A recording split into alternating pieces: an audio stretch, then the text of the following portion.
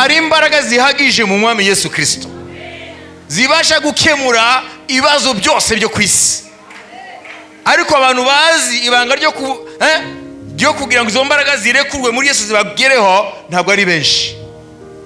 Izo mbaraga ntabwo zipfa kurekurwa, izo mbaraga zirekurwa gusa. Haleluya!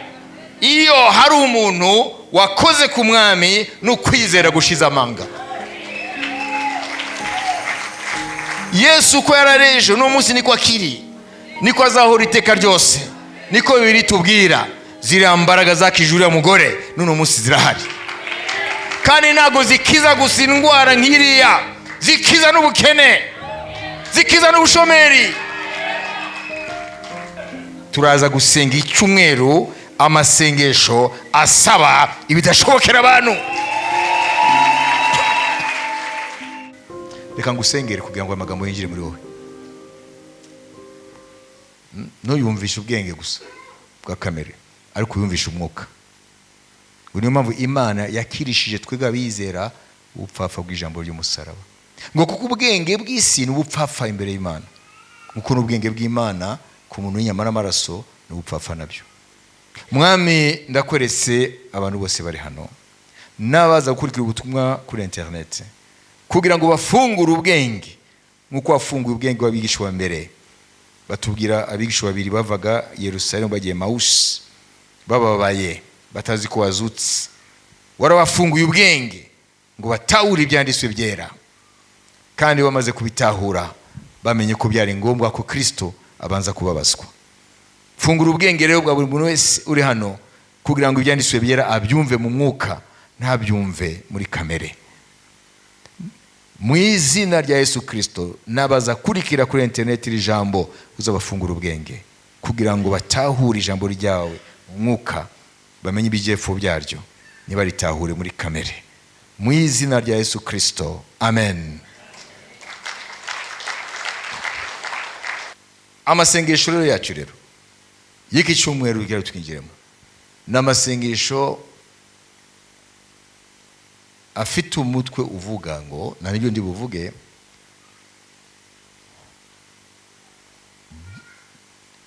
demander au Seigneur l'audace de la foi. Gusaba Imana ubushizi bw'amanga bwo kwizera. Ubushizi kwizera, ari ukwizera kufite ubushizi bw'amanga, hari no kwizera gucumbagira. L'audace de la foi. L'audace de la foi.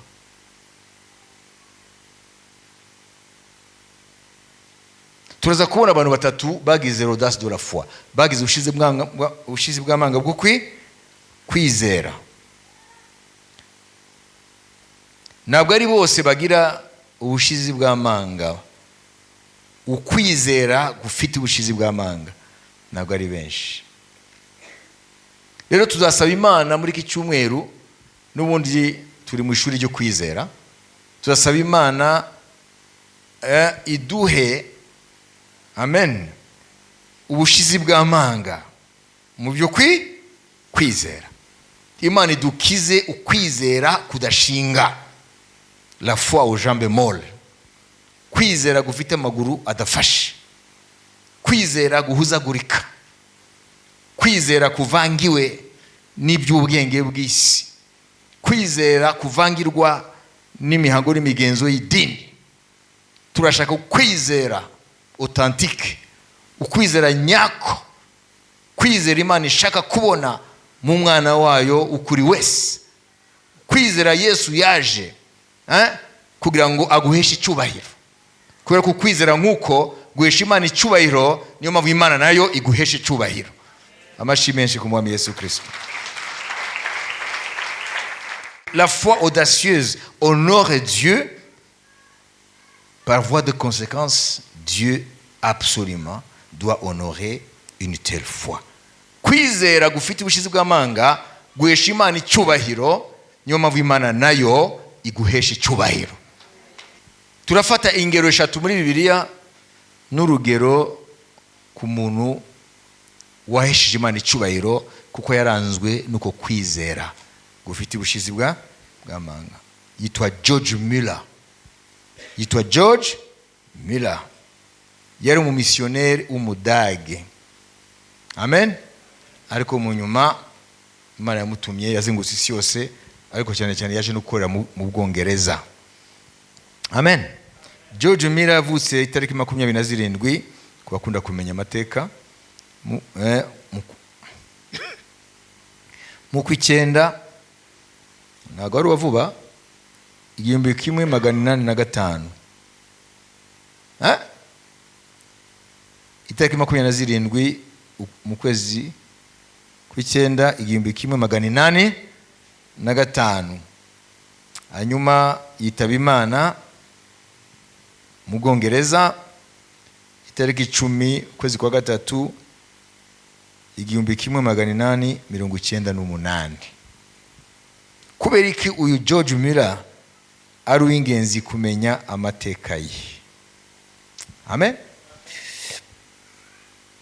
Alléluia. Baravuga ngo il est devenu le fondateur. Imana yamushize mu ishuri ryayo ryo kwizera. Imana yamushize mu ishuri ryo kwizera. Hari ishuri ry'ubwenge bwa teoloji gusa, hari n'ishuri ry'Imana ryo kwizera. Byombi bikwiye gukorana. Il deviendra le fondateur d'une société biblique et missionnaire. Yaje gushinga société ya Bibiliya yohereza abamissionnaires, abavugabutumwa iyo ku isi, ainsi que des orphelinats. Cyane cyane yamenyekanye kuri orphelinat, niyo nshaka kubabwira, ibigo birera imfubyi. Des orphelinats, umviriza, mu Bwongereza yashinze za orphelinat kuko hari imfubyi nyinshi muri icyo gihe, où il recevra jour après jour de Dieu les moyens d'élever quelques 10 000 orphelins. Nuvuga ngo uyu George Miller ntabwo ari umutunzi, yari umuntu usanzwe mu buzima bwe, nta na kimwe cyerekanaga ko azavamo umuntu nk'uwo. Yagize une jeunesse turbulente, yari afite adolescence cyangwa akiri muto, bari bazi ko azaba ibandi. Babyumvise? Amen. Inzoga ibiki, ariko Imana kuko yari yamugambiriye bya byiza. Uyu rero George Miller, impamvu avugwa mu mateka y'itorero ry'Imana ni ukubera ko Imana yamukoresheje ibintu bikomeye cyane, harimo n'icyo gihe hari imfubyi nyinshi cyane mu bihugu by'Uburayi, cyane cyane mu Bwongereza. Amen. Kuko higeze kuba le travail des mineurs, abana bato imyaka 10 bakamanuka gushakisha charbon, amakara.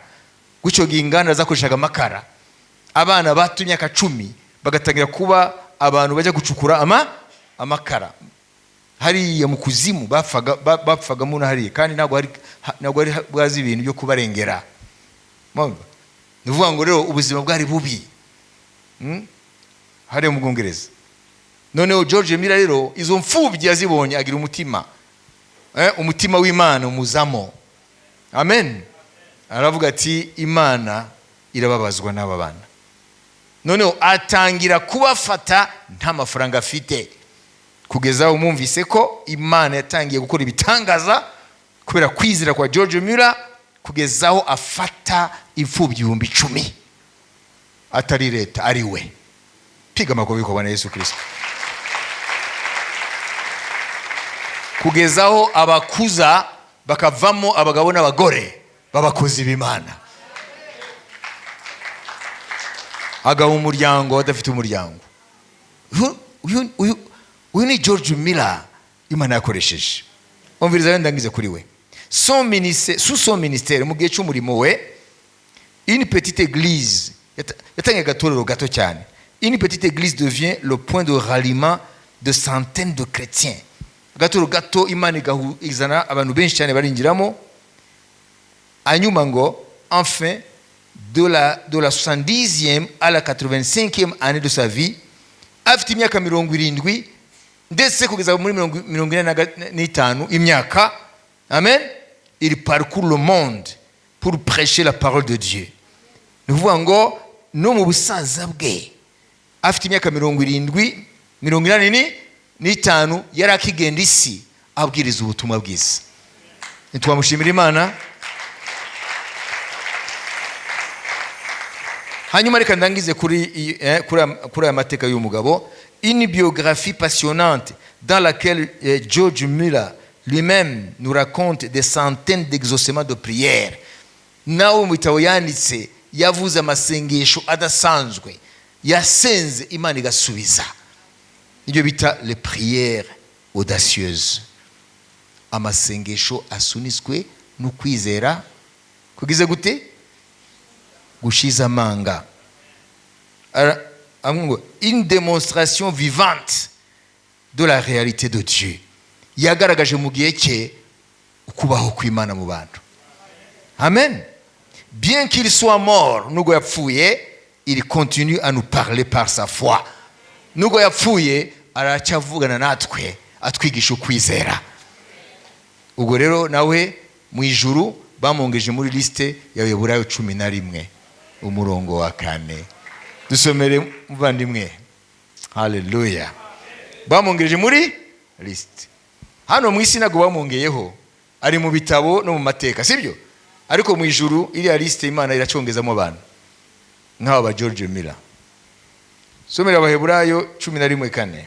Kwizera niko kwatumye Abeli aha Imana igitambo kiruta icya Kayini kuba cyiza, nako kwamuhaye guhamwa ko ari umukiranutsi, ubwo Imana yahamyaga ko amaturo ye ari meza, kandi niko kwatumye nanone akivuga nubwo yapfuye. Amen. Akivuga nubwo yapfuye.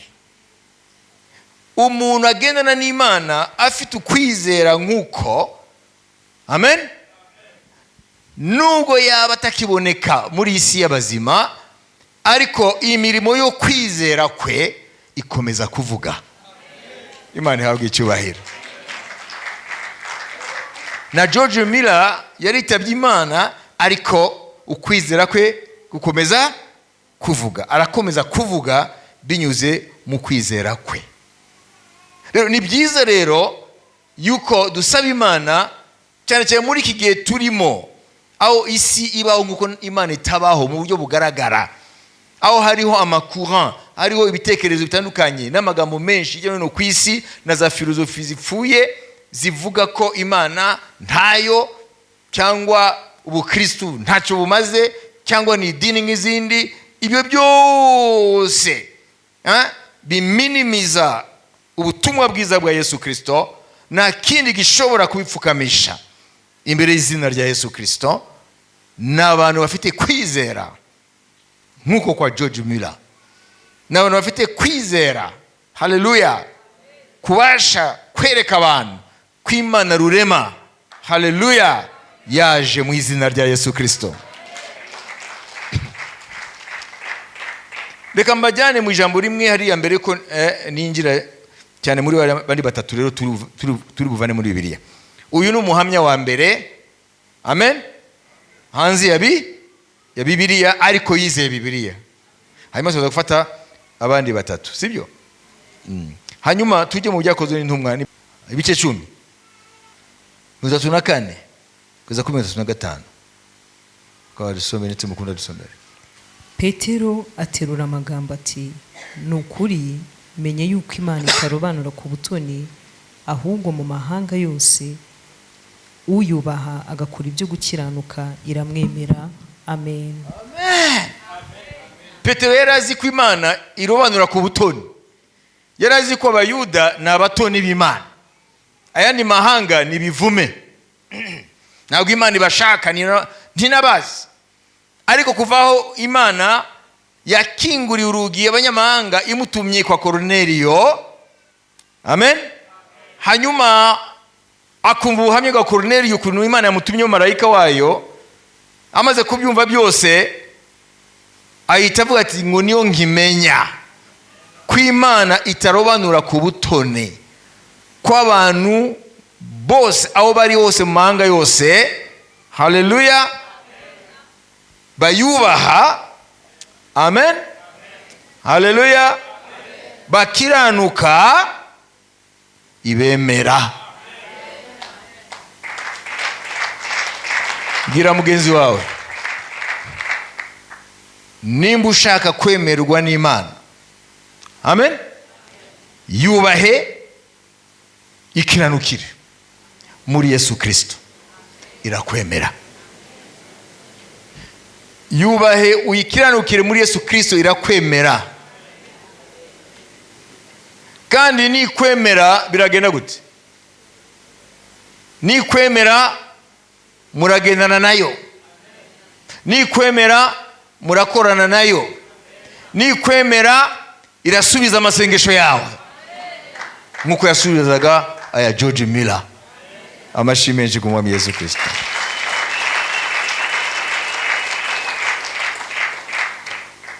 None rero reka twihute dufate ingero musanzwe muzi, dusomere Mariko 5:22 tumve inkuru hano zivugwa hano.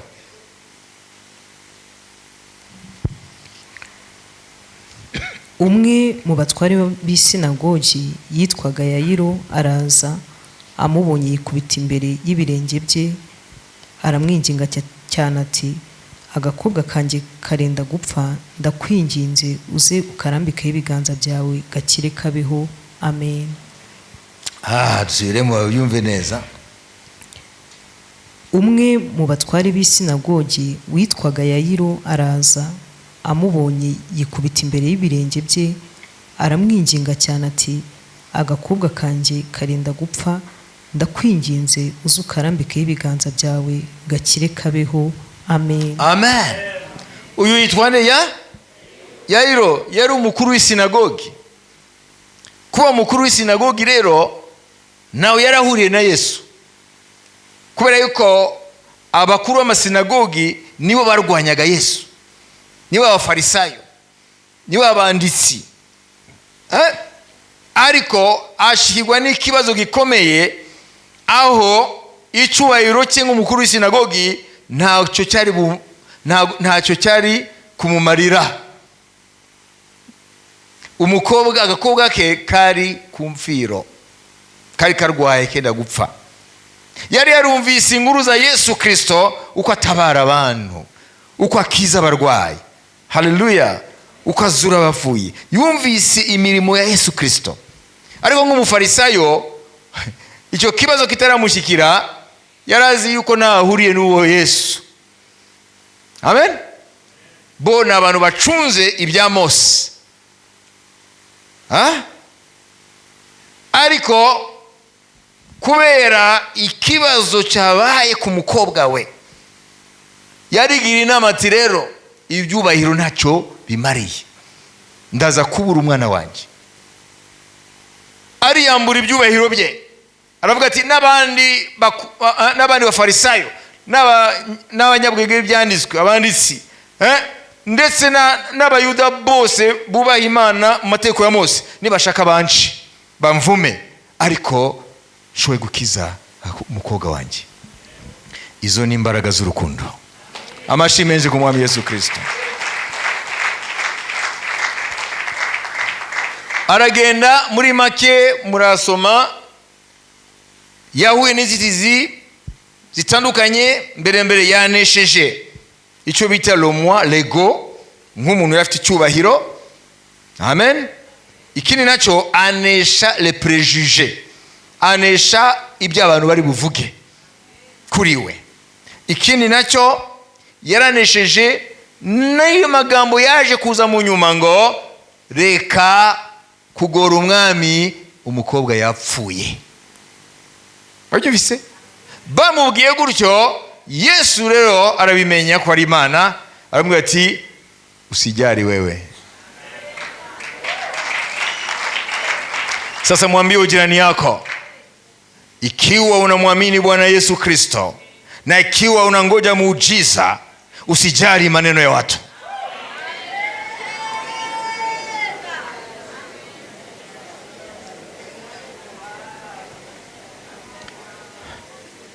Nimba utegereje igitangaza kiva kuri Yesu Kristo, nimba utegereje ko Imana iseruka muri situation irimo, muri icyo kibazo, amen, we kwita ku magambo y'abantu, kuko ari ibihe byinshi, amen, ibyo abantu batubwira bitubuza imigisha Imana duteguriye.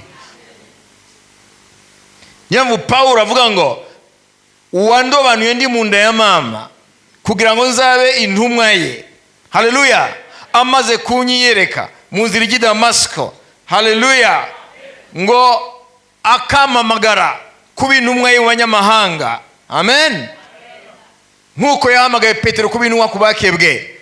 Aravuga ngo sinigeze nsobanuza ab'inyama n'amaraso. Piga amagobe kwa Bwana Yesu Kristo.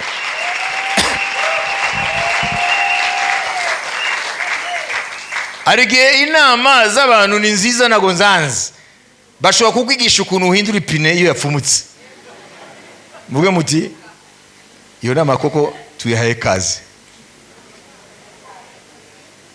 Bashobora kukwigisha ati ahantu runaka ugenda udepose, numvise ko hariho akazi.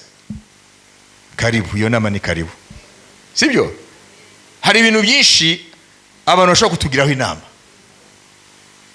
ariko kubyeke relation yawe n'Imana, iby'Imana igushira mu mutima, amen, haleluya. Tu n'as pas besoin de consulter la chair et le sang. Nagukwiye kubaza ab'inyama n'amaraso. Ni nk'umugore ajya kubaza umugabo we ngo sheri, ngo rwose ubona nakizwa? Wewe umepotea wewe. Cyangwa umugabo akajya kubaza ati turabizi, ati rero nageze umuntu ambwira ibya Yesu, rwose numva ndanyuzwe, none rero sheri rwose unyemerere ngende nkizwe. Si byiza se?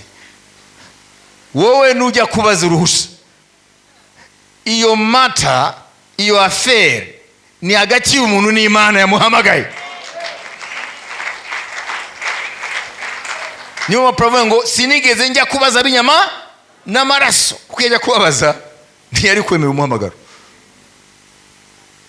Ni kibazo, ari ibintu, ni affaire yawe n'Imana, ntabwo ari affaire yawe n'abantu. Haleluya, haleluya, haleluya, haleluya.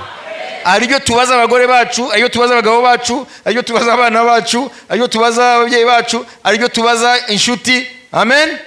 Ariko naho tukaba careful, amen, parce que les conseillers ne sont pas les payeurs. Ukugira inama iyo byamenetse ntabwo arakwitaza. Inama ziroroshye, ariko kwirengera ingaruka ni wowe uzazirengera. Imana ihabwa icyubahiro. N'inama nazo ukiye kuziyungurura kugira ngo umenye izo wemera. Ariko rero inama, amen, ibijyanye n'Imana n'umuhamagaro wayo, haleluya, n'ijambo ryayo n'ibyishize mu mutima w'umuntu, ni hagati y'umuntu n'Imana. D'ailleurs, no mateko y'isi, muri philosophie du droit, kirazira kuviola la conscience. Conscience y'umuntu. La conscience est sacrée. Kandi ukwizera ukorera muri conscience. Kirazira. La foi, c'est une affaire de conscience. C'est pas une affaire de la tête. Ni conscience. Imana ishimwe. Kuko Imana ivugana n'umuntu muri conscience ye, mu mutima nama. Alors tu n'as aucun droit de t'immiscer entre Dieu et la conscience. Conscience ni sacrée. Le droit naturel, amen, il a consacré le principe. Manishim. Manishim.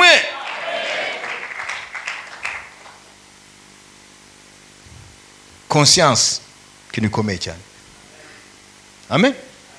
Kirazira kuvyola conscience. Kwizera ni domaine ya conscience. Ntabwo ari domaine y'ubwenge bwa conscience. Abagalati igice cya mbere umurongo wa 15 ugeze ku murongo wa 16, naho nyine ndio ndavuga. ariko Imana yantoranyije nkiri mu nda ya mama, impamagara kubw'ubuntu bwayo, kandi ubwo yashimaga kumpishurira umwana wayo ngo mvuge ubutumwa bwe bwiza mu banyamahanga, sinahereye ko ngisha inama abafite umubiri n'amaraso. Amen. ngo ntabwo yagiye kugisha inama abafite umubiri, abafite ni bande abo? Ni abantu.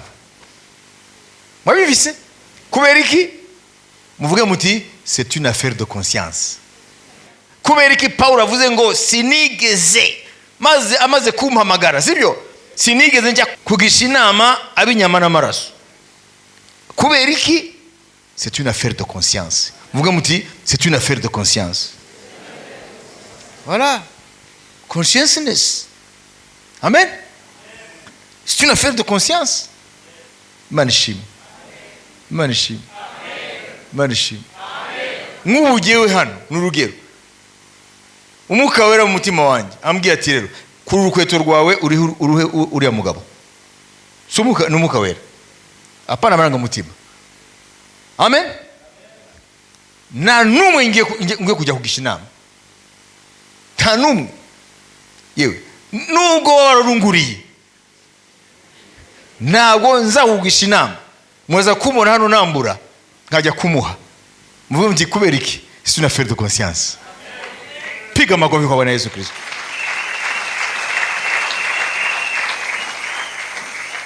Amen. Muzaje mumenye ikintu gikomeye Imana yabaremanye. Conscience ni ikintu gikomeye. Nta kindi kiremwa gifite conscience. Amen. Hano mu byaremwe, dans le monde biologique, niki ni umuntu afite conscience. Ibindi bifite instinct, nta conscience. Conscience ikintu gikomeye cyane. Nul n'a le droit de violer la conscience de qui que ce soit. Nubwo ari umwana wawe, ari umugore wawe, ari umugabo wawe, c'est une affaire de conscience. Uyu rero Yayiro rero baramubwiye ngo nasigeho umwana yapfuye. Yesu aramubwira ati usijyari, ibyo byihorere. Amen. Amaherezo Yesu yazuye umukobwa we.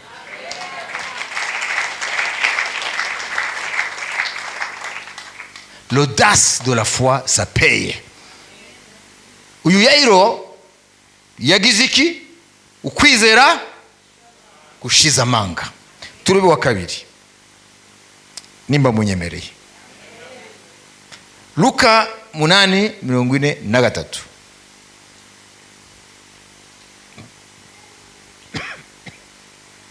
Haza umugore uri mu mugongo wari ubimaranye imyaka 12, kandi wari warahaye abavuzi ibintu bye byose, nyamara ntihagera n'umwe ubasha kumuvura. Amen. Yari afite indwara amaranye imyaka 12 ava amaraso, ngo nta n'umwe yabashije kumuvura, kandi ntabwo ari amafaranga yarabuze, kuko baratubwira ngo yatanze amafaranga ku baganga bose, ariko nta n'umwe yamutabaye. Amen. Bose bamaze kunanirwa, aravuga ati rero asigaye uriya Yesu numvise. Amen.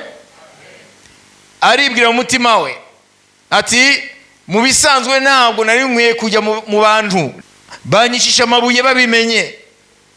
Icya kabiri, ndi umugore ntabwo najya mu bagabo, kuko nibo bazengurutse Yesu cyane, bagadibodi bari ba Petero.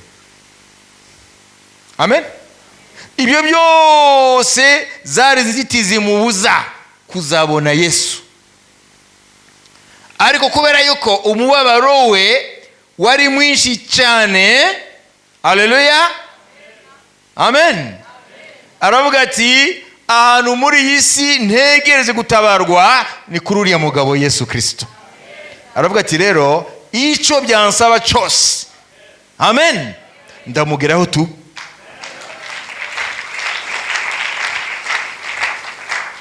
Donc elle a bravé les tabous et les interdits.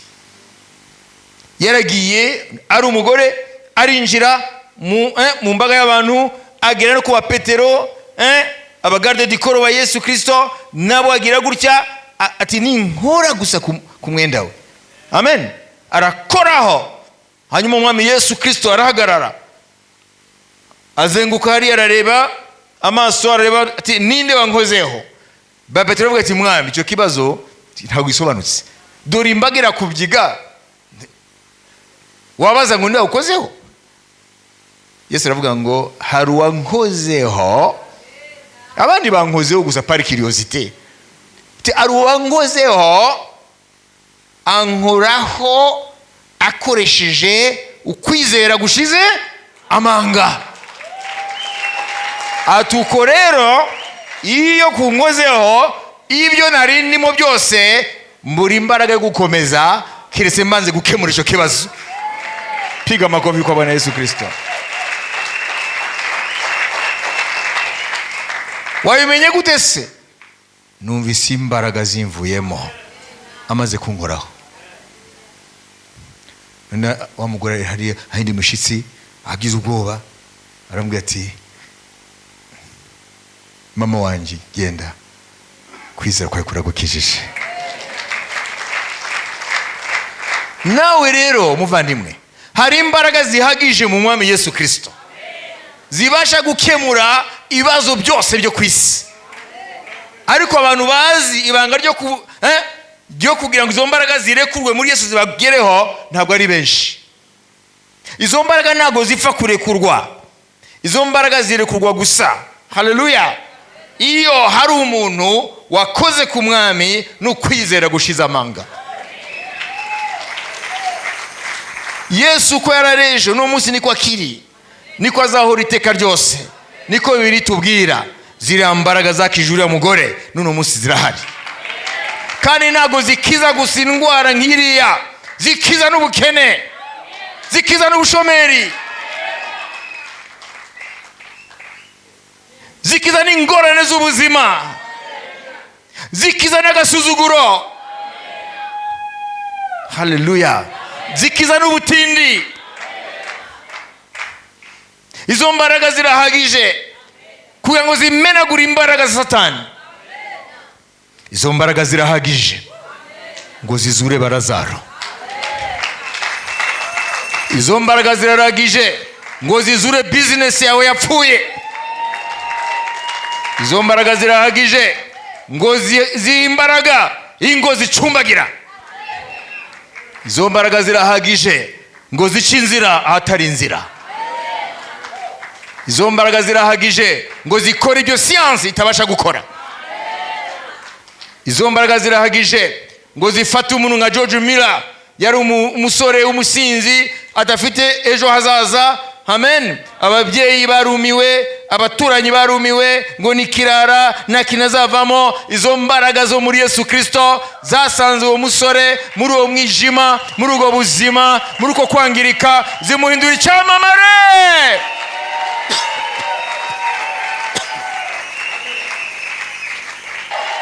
Amen. Izo mbaraga zirahagije muri iki gitondo kugira ngo zikuvane aho uri, aho watsikamiwe, kandi umenye ikintu kimwe kikwankuraja, kigutera agatege. Ni rya jambo Petero yavugiye kwa Korneliyo, Imana nirobanura ku butoni.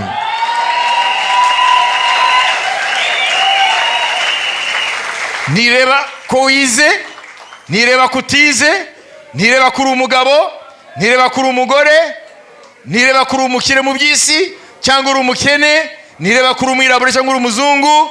Imana ireba ngo mu isi yose, mu bihugu byose, abayubaha bakayikiranukira. Ibasha kubazamura bakazaba ibikoresho by'umugisha mu bihugu byabo no ku isi. Imana ibasha kubikora.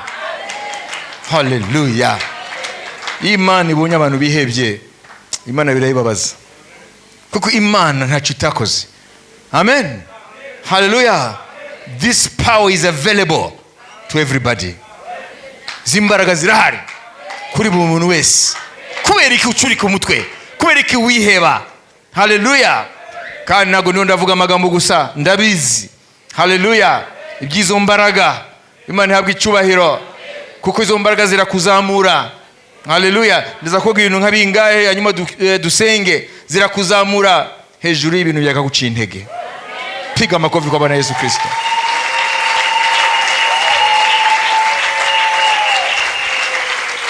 Satani arakwereka ngo dore wowe n'urupfu rugutegereje, dore nta garuriro, dore biriya byarapfuye biveho, dore biriya bireke byaragiye ntago bizagaruka, wowe wemere n'urwandiko utegereje uruje. Haleluya! Abantu bafite kwizera nk'uko guhetswe n'ubushizi bw'amanga, abo bantu barabwira Satani no no no, there is hope.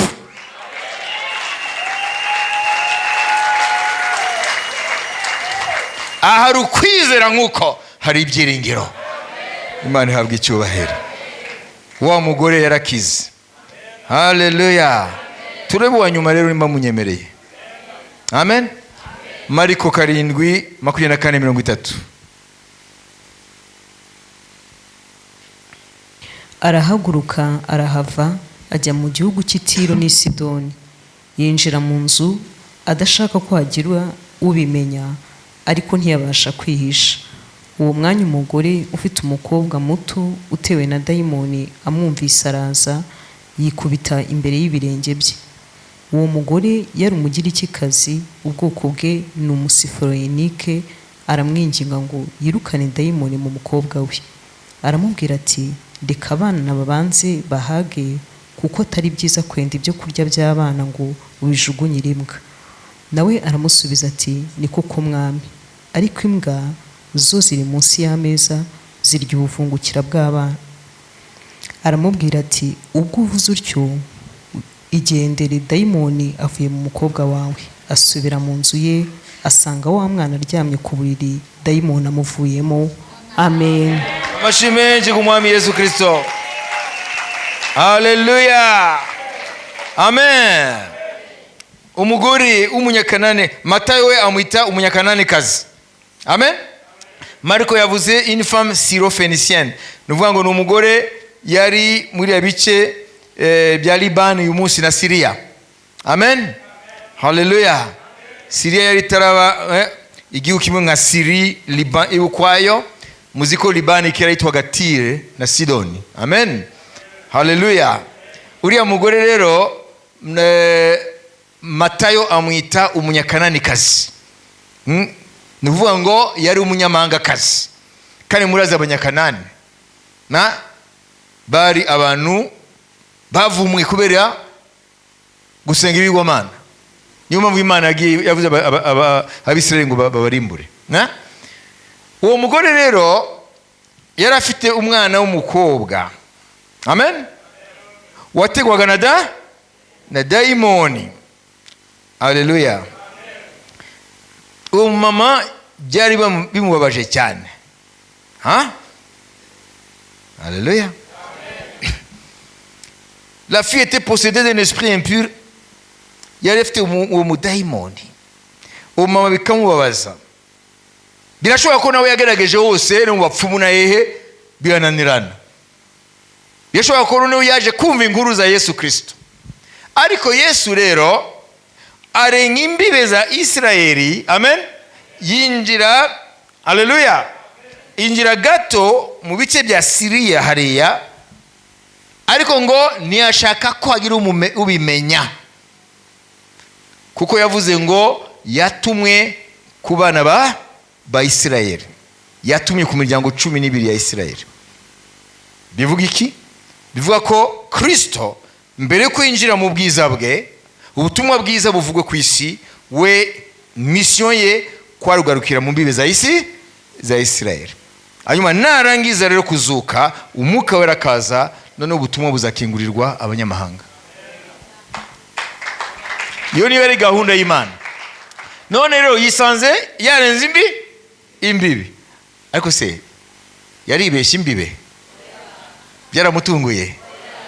Nuko birivuga ngo ntiyashaka ko agira n'umwe wabimenye. Ariko se kubera ikirenze imbibi? Wowe baza ko kubera iki? Nubwo, amen, Mesiya adakwiye kurenga imbibe za Isirayeli, sibyo? Akwiye kubanza kubwira kuzana umucyo w'Imana mu bana ba Isirayeli, ya miryango 12, sibyo? ariko kuko ari Imana izi byose, hariya mu banyamahanga, hariya mu bice bya Siriya, uriya mugore ntawe ubizi icyo abwiraga Imana.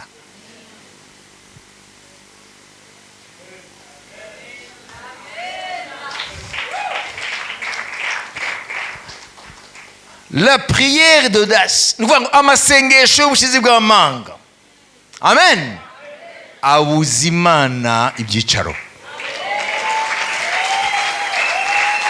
abuza Imana amahwemo, Imana ikaba yarenga. Haleluya, haleluya.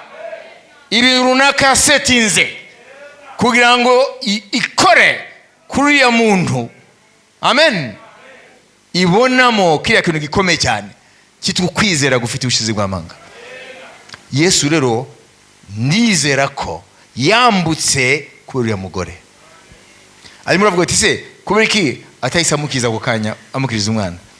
Kuko habaye intambara hariya. Wa mugore rero arataka, kandi Yesu arazi ko nta muntu ari ko yahageze. Arataka ngo amukirize umwana. Yesu amusubiza iki?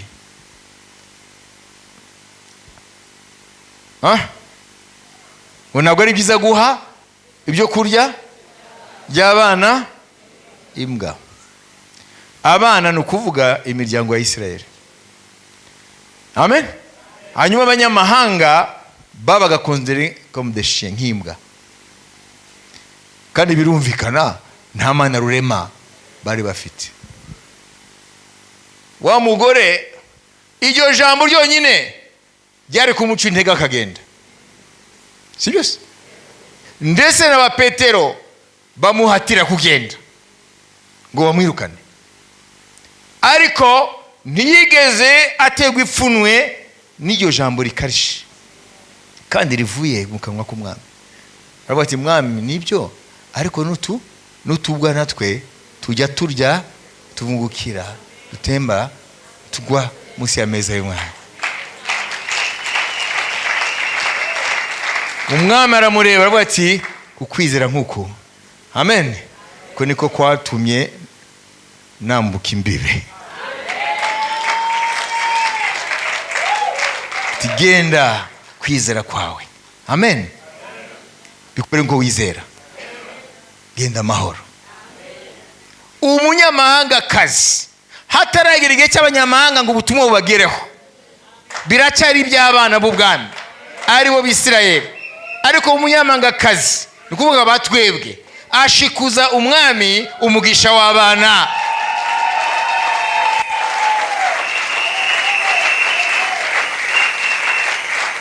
Atangira kurya ibiryo, haleluya, by'ubwoko bw'Imana hataragera.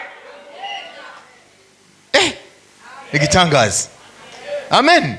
Ngo ageze mu rugo asanga kuri ya saa umwami yavuze umukobwa we yakize. Amashimenje ku mwami Yesu Kristo. Rero bavandimwe, murebe ibintu nshaka kubabwira. Kwizera kufite ubushizi bw'amanga, amen, cette fois-là dépasse la désespérance. Ko kwizera gufite imbaraga kurusha imbaraga zo kwiheba. Ko kwizera kurusha imbaraga kwiheba. Imana ishimwe, haleluya.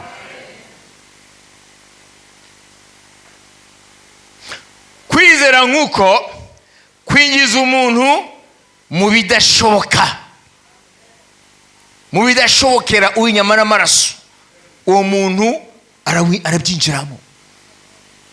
Abantu bakazunguza umutwe ngo byashoboka bite? Babandi b'idini gusa bakabirebesha amaso bakazunguza umutwe, bamwe bagahekenya amenyo ko nta rukundo ruhari, amen. Muge muti bose babireba.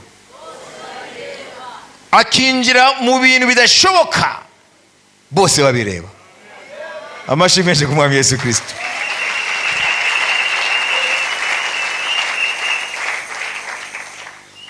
Amen. Bene uko kwizera kurangwa niki? Kurangwa n'icyitwa confiance absolue en Dieu. Nuvuga ngo ni ukwiringira Imana 100% yuko icyo kibazo cyawe kibabaje kandi ko igifitiye igisubizo. Amen. Confiance absolue ko Imana ishaka kubikora kandi ishobora kubikora. Amen. Ibyo rero byagurutsa mu mutima w'umuntu afite bene uko kwizera, amasengesho ahwanye nako, prière audacieuse, bibyutsa mu mutima w'umuntu amasengesho y'ubushizi bw'amanga. Ayo se ameze gute? Les prières audacieuses, amen, demande l'impossible. Amasengesho nk'ayo asaba ibidashobokera abantu. Twebwe kubera tudafite ukwizera tujya twisabira utuntu dushoboka. Wabibise? Twebwe ko tudafite bene uko kwizera tujya twisabira amasengesho yacu utuntu dushoboka. Ariko amasengesho nk'ayo asaba ibidashoboka. Kuko Yesu aravuga ngo ibidashobokera abantu bishobokera Imana n'uwizera. Il faut oser. Amen. Il faut oser présenter à Dieu des prières audacieuses. Ukwiye gusaba Imana. Haleluya. Ibintu ubwenge bwawe bivuga yuko uri rusumbukuruza. Ukwiye gucecekesha ubwonko ukubwira ngo uri rusumbukuruza. Biriya si ibyawe, ni y'abakanaka. Wowe ntabwo uzwi, ntabwo wavuze umuryango umeze gutya, wowe nta mashuri menshi ufite, wowe ibi n'ibi. Wabyumvise? Uri nyakamwe. Wabyumvise? Ibyo byose ukwiye kubicecekesha, kandi ntabwo ushobora kubicecekesha ubundi bwenge, ubicecekesha kwizera gusunitswe n'ubushizi bw'amanga.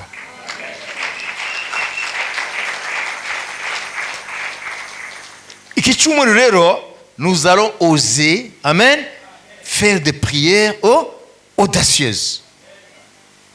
Kandi Imana irakunda ibyo. Haleluya. Ibyo abantu bashobora kugukorera biracyari mu bintu biri nomo, ibintu normal. Imana ishobora kubikora, igiye bikora, ariko ni normal. Icyo Imana ishaka rero, amen, passer à la vitesse supérieure. Niba wari mu cyambere jya mu cyakabiri, giye wishe mu cyakabiri. Turaza gusenga icyumweru amasengesho asaba ibidashobokera abantu.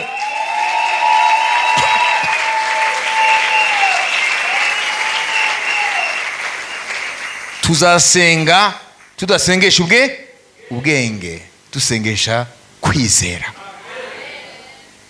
Niyo ntego iki cyumweru. Amen. Amasengesho adasanzwe ni meza, azana ibisubizo amasengesho asanzwe ni meza, azana ibisubizo bisanzwe. Ariko amasengesho adasanzwe, haleluya, azana ibisubizo bidasanzwe.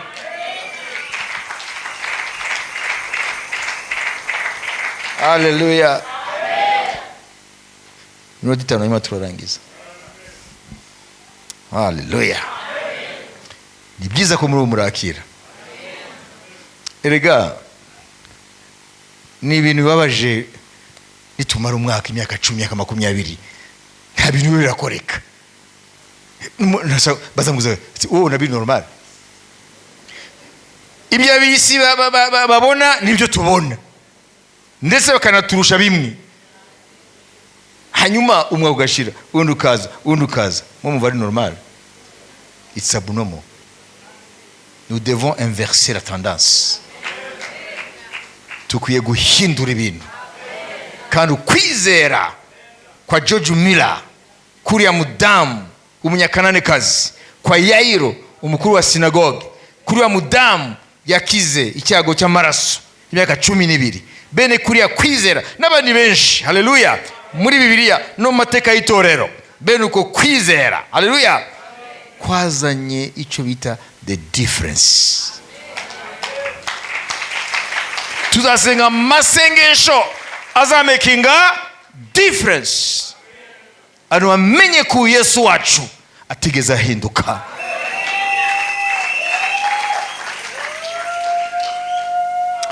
Hanyuma ikindi, nimureba neza bariya bantu ntabwo byabasanze aho bari. Amen. Sibyo se? Yayiro yarahagurutse aragenda, kwa kwizera kuramuhagurutsa. Wa mudamu yavaga amaraso yarahagurutse. Amen. Haleluya. Wa mudamu umunyakananikazi yarahagurutse. Amen. Kwizera nk'uko iyo kuri mu muntu kuramuhagurutsa. Amashyi menshi Mwami Yesu Kristo.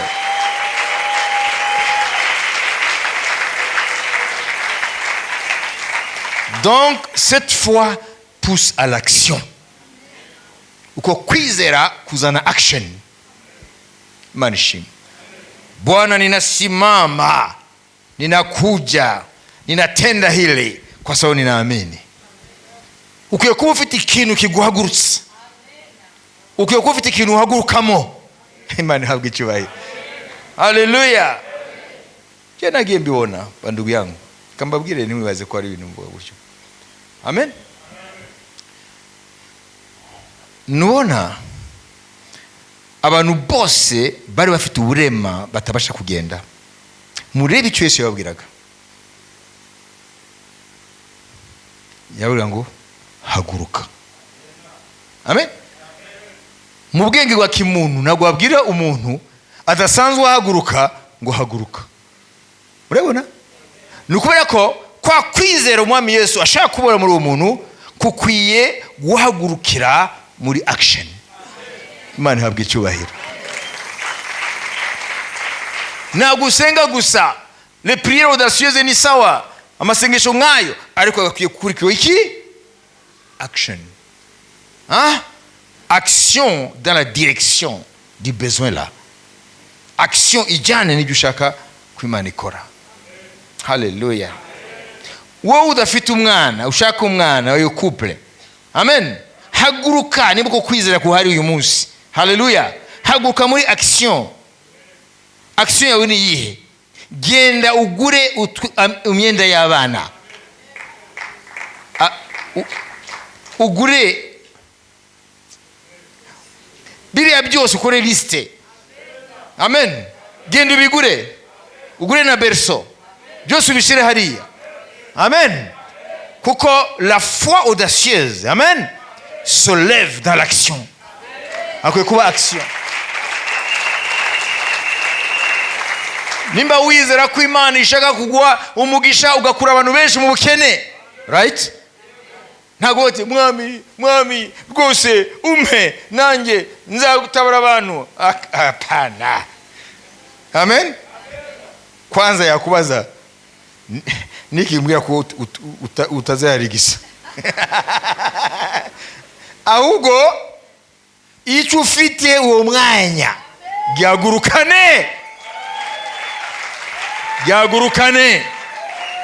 Amen.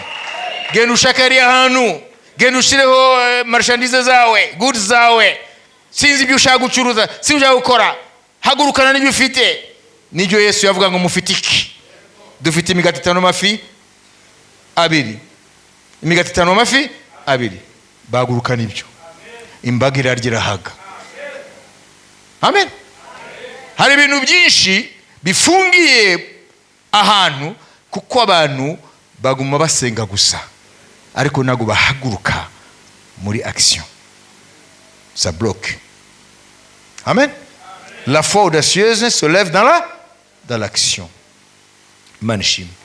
Nona abantu benshi hano baribaza kujya mvuga atari byo. Je mfite ubuhamya bw'abantu ubutumwa nk'ubu barabwizeye badafite umwana. Amen. Kwizera kuravuka, gukwizera kuva kukumva ukumva ijambo rya Kristo. Baragenda bagura ibintu bya bebe, barabishira hariya. Iyo batashye igihe cyose bahita bagenda ati bebe n'izina bakarimuhamagara, bagahamagara. None se ntabwo byatinze rega. Hekada ntabwo byatinze unaviro ballon. Piga makofi kwa Yesu Kristo. Haleluya, amen. Yesu Kristo ni yeye yule jana na leo na hata milele. Amen. Anaponya mpaka leo, anabariki mpaka leo, anafungua mpaka leo. Amen. Reka rero mbabwire ijya nyuma manishima. Haleluya.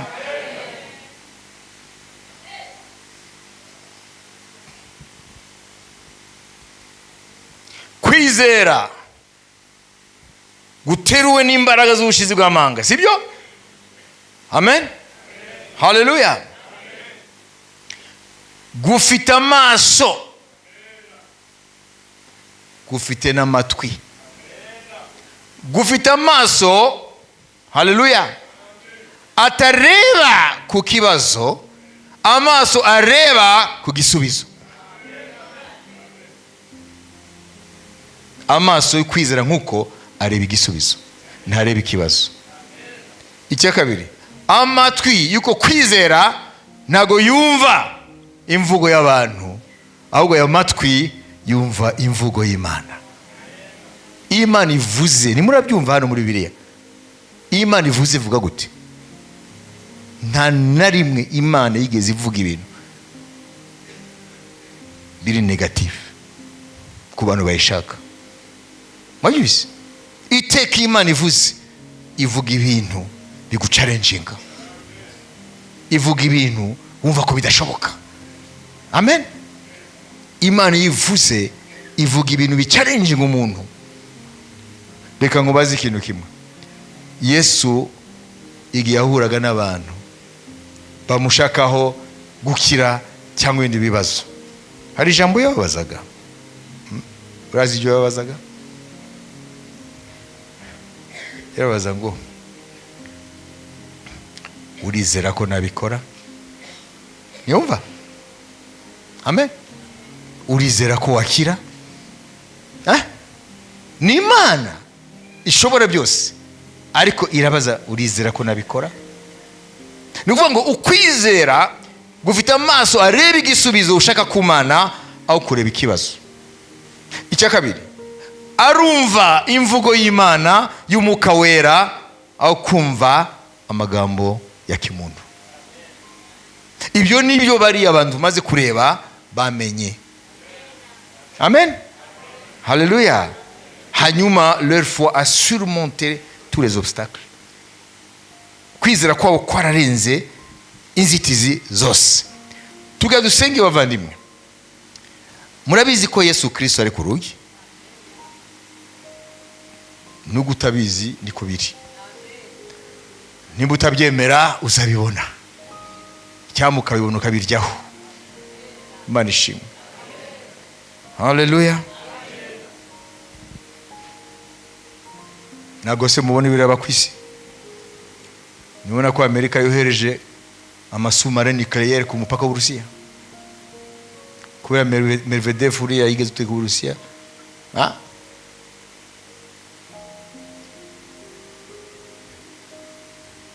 Yakoze mu zisho z'Abanyamerika. Ntimwaye kuriganya se? Trump yahise yohereza sumare nucléaire ebyiri.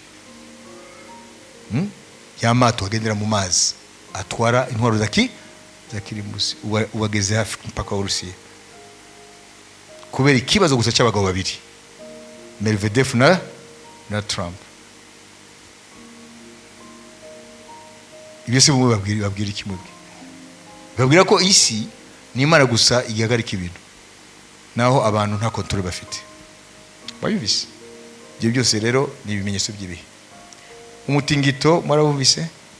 Tsunami. Amen.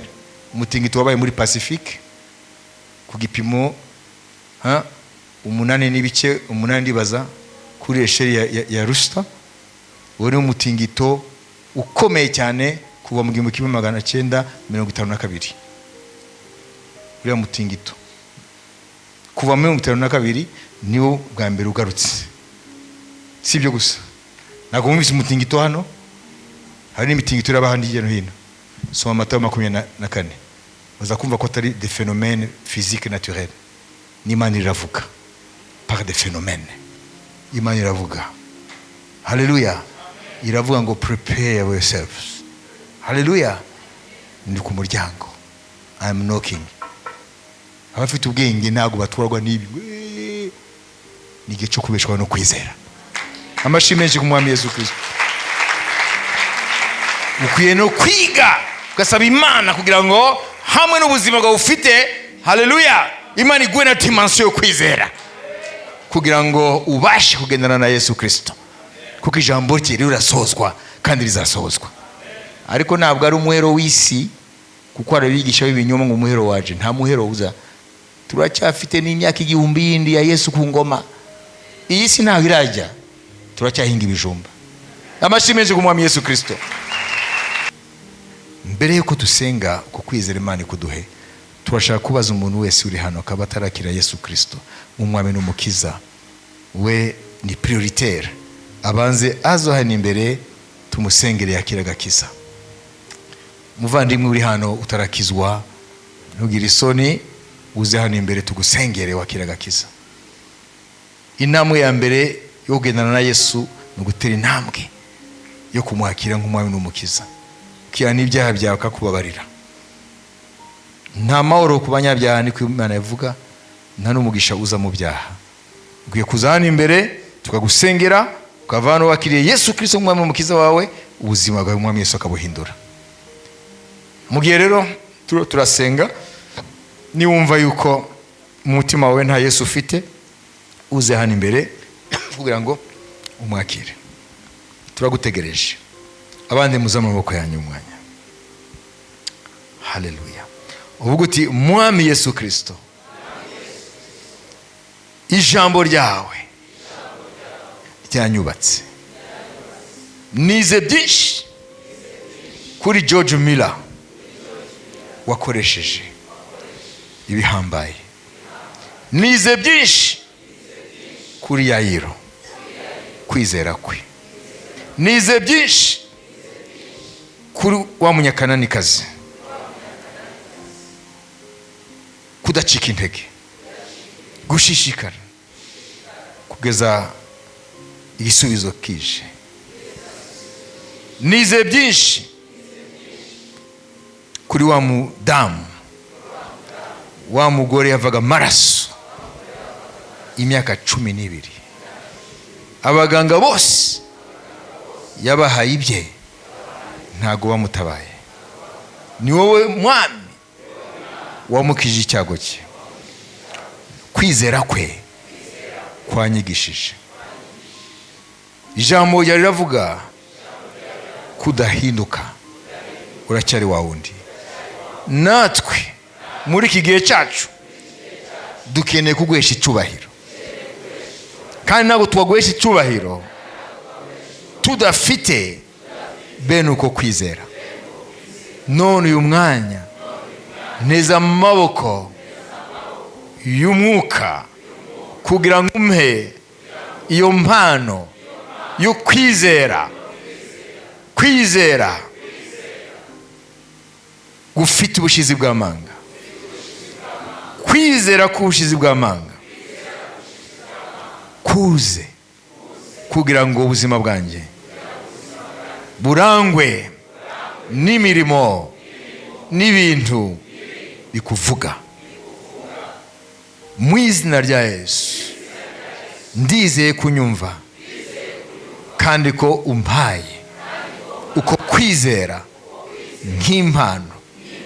Ndabigushimiye kandi ndaza kubona gutangira gukora, kandi nguhesha icyubahiro mu izina ryawe Yesu Kristo. Amen. Amen, amen. Haleluya. Noneho mureke rero nanjye nsenge mfatanya namwe. Zero amaboko yanyu. Haleluya.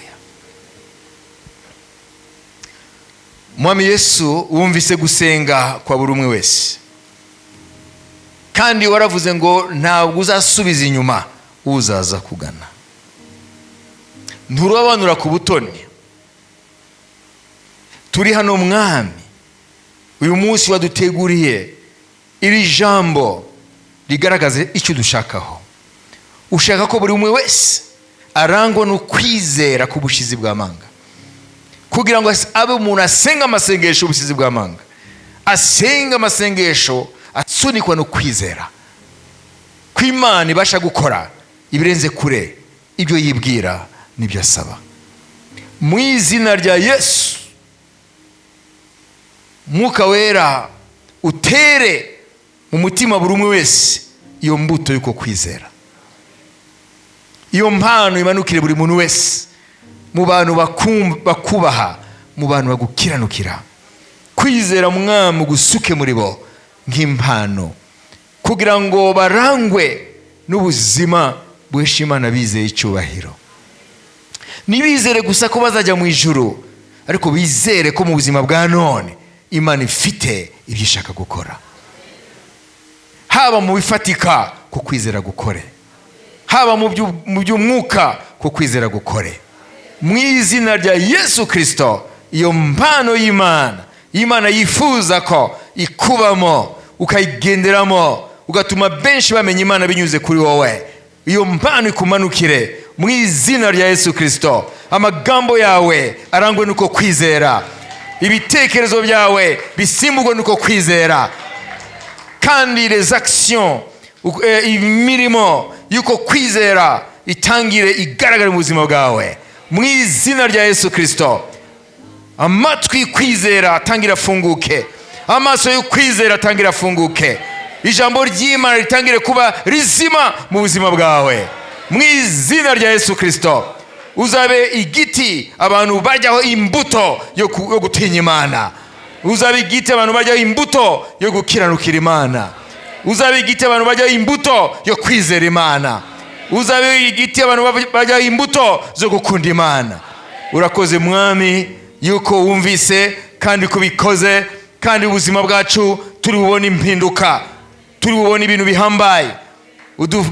Udukize Mwami imitima ifunze, ariko duhe kwagukirwa uko kwizera kutwagure, kugira ngo ntidusabe gusa utuntu duto duto, ariko dusabe ibintu bihwanye nuko kwizera ku bushizi bw'amanga. Tuzi ko hamwe n'Imana nta mbibe ziriho, hamwe n'Imana nta mipaka iriho, ko Imana ibasha gukora ibintu birenze imbibe z'ubwenge bw'abantu. Urakoze Mwami ko wumvise kandi kubikoze mu izina rya Yesu Kristo, amen.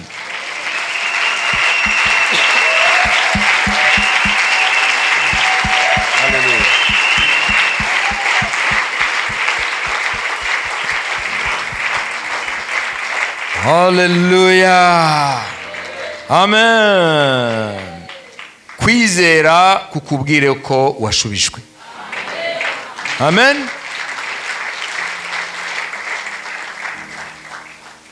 Utangire usenge muri urwo rwego. Ntusenge uri limite n'ibitekerezo, usenge uko Imana uyizi, uko ingana, igishoboye, imbaraga zayo, ubutware bwayo. Ntusenge uyoborwa n'ibitekerezo bifite imipaka, ariko usengere muri uko kwizera. Imana ishimwe. Aya maso yawe ntazongera kubona ibintu uko wabibonaga, utanga kubona ibindi. Haleluya. Aho kubona ibibazo gusa uzabona ibisubizo. Imana ihabwe icyubahiro, amen. Reka rero tubahe umugisha, hanyuma umuntu wese, haleluya, aho umugisha mugenzi we, amen, amubwira ati rero muvandimwe, amen, haguruka muri uko kwizera. Ko niko tuza rero gusezerana, haguruka muri uko kwizera. Ubuntu bw'Umwami wacu Yesu Kristo n'urukundo rw'Imana no gusabana n'Umwuka Wera bijyane twese, amen.